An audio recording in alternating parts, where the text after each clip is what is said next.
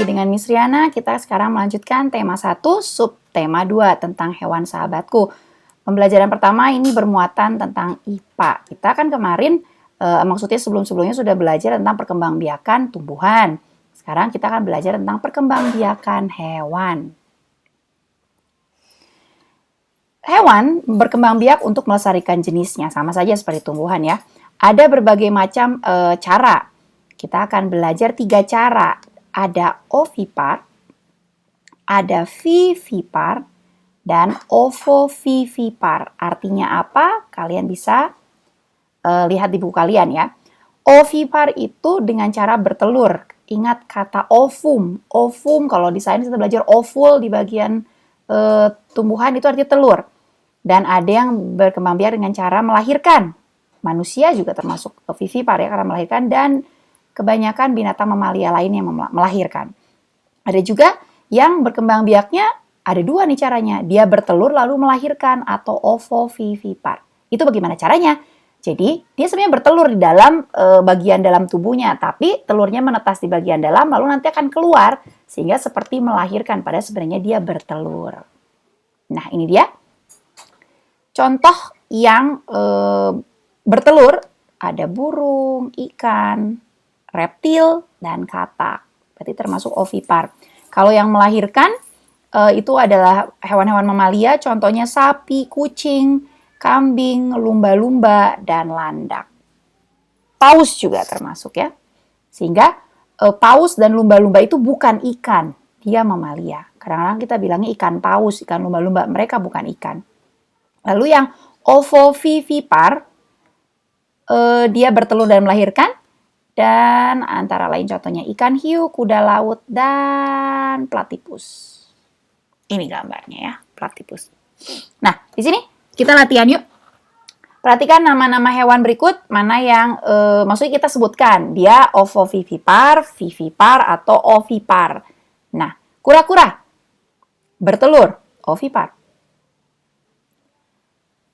Ayam bertelur, ovipar. Kelinci melahirkan, vivipar. Kodok bertelur, ovipar. Ikan patin bertelur, ovipar. Panda melahirkan, vivipar. Belalang bertelur, ovipar. Kuda laut tadi ovovivipar, ya. Singa laut melahirkan, berarti vivipar. Gajah melahirkan. Belut bertelur, tokek bertelur, bunglon bertelur, kuda melahirkan. Burung beo bertelur, dan lain sebagainya di sini ya. Kita lanjutkan ke muatan IPS tentang pengaruh kondisi geografis terhadap kegiatan ekonomi di negara Asia Tenggara. Oke, di sini sudah ada tabelnya. Di sini disebutkan Indonesia, mata pencariannya kebanyakan petani, pekebun, nelayan, pekerja kantor, dan buruh. Kenapa? Karena ini berhubungan dengan sumber daya alamnya. Ada dataran rendah, bisa menanam padi, dataran tinggi untuk perkebunan, pesisir pantai, nelayan, hutan untuk mendapatkan kayu, rotan, dan karet, dan juga barang tambang. Jadi, mata pencaharian di sini akan berhubungan dengan sumber daya alamnya. Jika dia memiliki dataran tinggi, akan banyak pekerjaannya menjadi pekebun. Kalau dia banyak dataran rendah atau daerah sekitar pantai, berarti banyak yang akan menjadi nelayan. Di sini kita bisa lihat ada Brunei Darussalam, Filipina, Kamboja, Laos, Malaysia, Myanmar, dan Singapura. Terus mungkin kalian ada yang bertanya, Miss, itu Laos kok ada nelayan sih, Miss? Kan katanya Laos tidak punya pantai. Benar, tapi Laos punya sungai Mekong. Sehingga walau pekerjaannya nelayan, tapi bukan nelayan yang melaut, tapi nelayan yang ada di atau memancing di sekitar sungai. Nah, lalu kita di sini, Singapura. Singapura ini kan sumber daya alamnya paling sedikit dibandingkan negara yang lain, sehingga dia banyaknya di bidang jasa dan buruh. Dan sumber daya alamnya juga kebanyakan digunakan untuk industri. Oke, ini lanjutannya Thailand dan Vietnam. Nah, kita kerjakan, kita berlatih. Lengkapi kalimat berikut dengan jawaban yang tepat. Dalam bidang pariwisata, jenis pekerjaan yang dilakukan di sekitar Candi Borobudur Indonesia adalah, menurut kalian apa tuh kalau di sekitar Candi Borobudur? Pekerjaan apa yang bisa dilakukan? Oh, pemandu wisata atau orang yang berjualan makanan juga bisa ya. Kemudian negara di Asia Tenggara yang tidak memanfaatkan hasil laut karena tidak memiliki laut. Nah, negara apa itu? Iya, benar. Laos. Benar kan? Soal ini selalu keluar. Negara penghasil karet terbesar di dunia. Kemarin kita sudah bahas. Itu adalah Malaysia. Kita kedua ya. Lalu hasil Brunei Darussalam yang menyumbang 40% pendapatan negaranya adalah, kemarin kita juga sudah bahas, itu berasal dari bahan tambang, minyak bumi, dan gas. Kenapa huruf besar nih Sriana minyaknya? Oke. Kita lanjut ya. Kalian isi ini di buku paket kalian ya. Sekarang kita lanjut ke bahasa Indonesia, masih tentang teks laporan lagi. Kita akan membahas tentang ide pokok, yaitu gagasan atau masalah utama yang dibahas dalam sebuah paragraf. Kita sudah melakukannya beberapa kali. Nah, kita baca ya. Kura-kura Galapagos merupakan jenis kura-kura yang dapat terbilang besar. Panjang tubuh kura-kura Galapagos dapat mencapai 1,87 meter dengan berat sekitar 317 kg. Besar sekali. Kura-kura ini memiliki leher panjang. Kura-kura Galapagos merupakan hewan herbivore, yaitu pemakan tumbuhan. Kura-kura Galapagos adalah salah satu hewan yang dilindungi. Jadi, paragraf ini menceritakan tentang kura-kura Galapagos ya. Bagaimana beratnya, bagaimana bentuknya, sehingga ide pokoknya adalah ciri-ciri kura-kura Galapagos. Oke. Sekarang kita akan baca tentang landak. Kalian tidak usah tutup buku kalian. Miss akan bacakan, kita bacakan sama-sama saja. Landak atau porcupine tidak dilahirkan dengan duri-duri tajam. Bayi landak yang baru lahir memiliki duri lunak dan berkilat. Setelah beberapa minggu, duri-duri lunak tersebut akan menebal dan mengeras sehingga menjadi duri-duri tajam. Landak merupakan hewan yang mungil. Ukuran landak dewasa hanya sepanjang 63-80 cm. Landak memiliki gigi-gigi yang kuat untuk mengunyah tumbuhan keras, serta kuku yang panjang untuk mengupas kulit dan memanjat pohon. Landak memiliki duri-duri tajam yang berguna untuk mempertahankan diri mereka dari serangan pemangsa. Saat diserang, landak akan menegangkan duri-durinya dan menggulung tubuh. Landak sangat menyukai kulit kayu.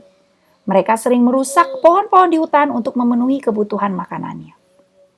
Keberadaan landak di hutan sangat penting karena landak merupakan makanan bagi hewan-hewan karnivor seperti harimau. Adanya landak di hutan adalah penanda bahwa kehidupan fauna liar dalam keadaan stabil.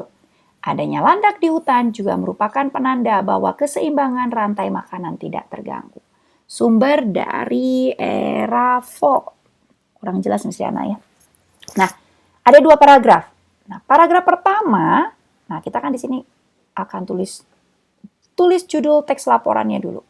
Oke, berarti tulisannya laporan pengamatan landak, misalnya ya. Terus, ide pokok paragraf pertama. Cuma ada 2 paragraf ya. Ini salah bukunya. Paragraf pertama berarti tidak dilahirkan dengan duri-duri tajam. Memiliki gigi kayak tadi yang kura-kura. Benar, berarti ciri-ciri tentang ciri-ciri landak. Terus, ide pokok paragraf 2.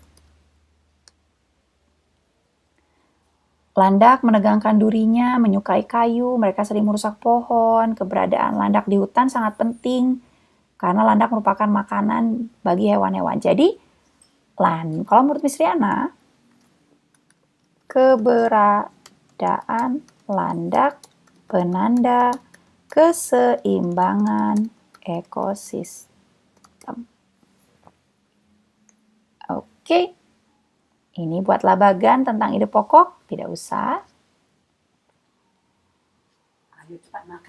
Sekarang kita masuk ke pembelajaran 2 tentang PPKN.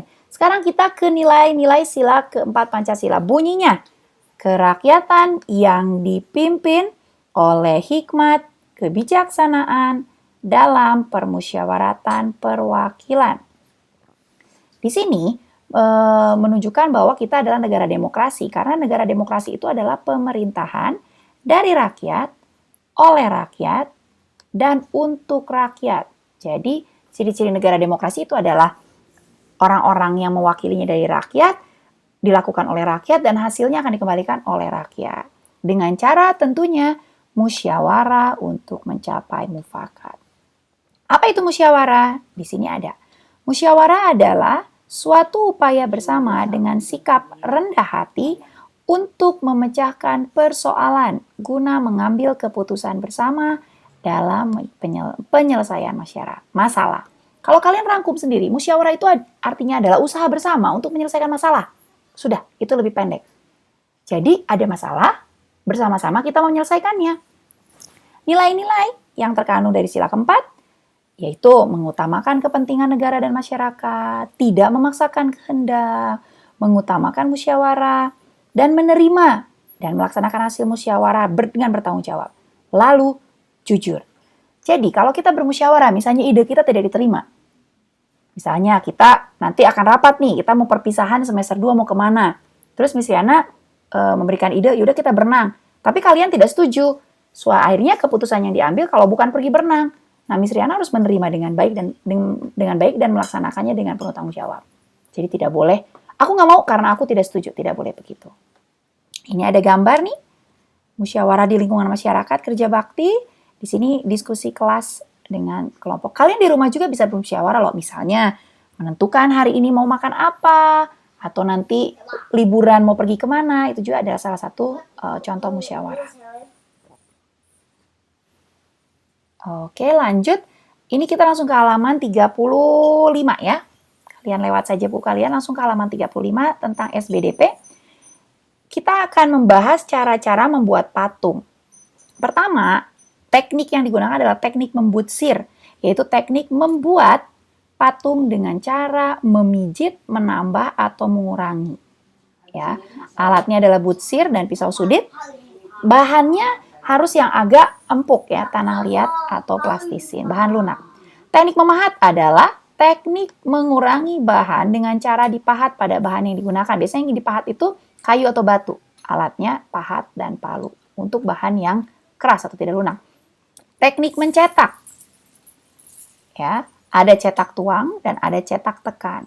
Kalau cetak tuang berarti bahannya berbentuk cairan dan dimasukkan ke cetakannya. Sedangkan kalau cetak tekan, bahannya kalau kita bikin kue loh. Kita bikin kue, sudah ada adonannya, lalu nanti kita cetak, kita tekan, lalu kita ambil.